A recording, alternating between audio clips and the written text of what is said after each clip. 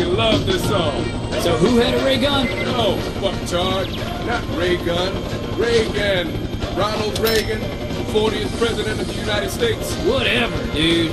Reagan had to deal with all this same stuff in the 80s. Insurgents trying to overthrow their governments.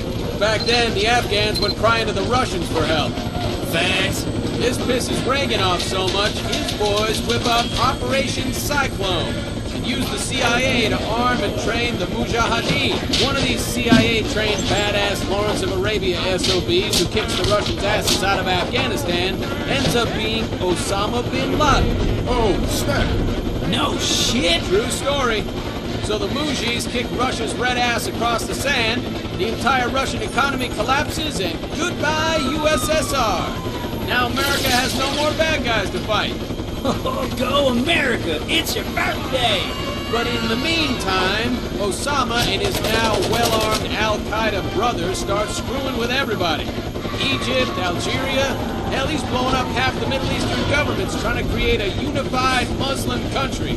But here's the thing, the people don't want it. Why? Don't know. Maybe they like their lives how they were. So he deems them all viable targets. He started blowing up his own fucking people? Man, that's fucked up. Yeah, that's why they're called terrorists, douchebag. So Bush Sr. becomes President 41. Before we know it, he's balls deep in Kuwait fighting Saddam for the Saudis. This pisses Osama off so much, he starts mouthing off about Saudi Arabia. So the Saudis banish his ass. Sucks to be you. Now, the dude's living in a cave in the hills of Afghanistan, and he's like, screw this noise, and calls down a jihad on all Americans. So it's fatwa on America and our allies. What happens next? 9/11? Oh, shit. Give that man a gold star. Fuck you, bitch. The Marines are balls deep in Iraq, Afghanistan, and now this butthole. The war on terror's got a plug to pull on the septic tank of insurgents. This place is the drain stopper. I heard that.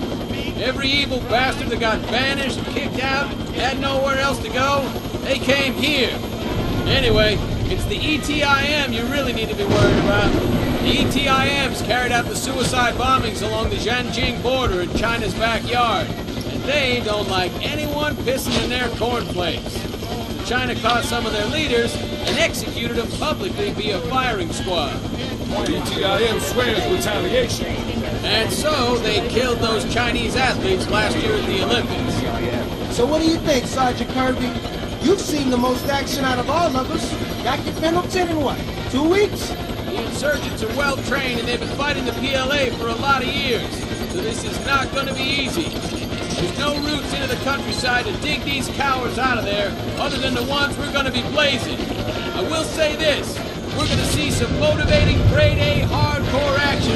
Every Marine to give his left nut for. Devil!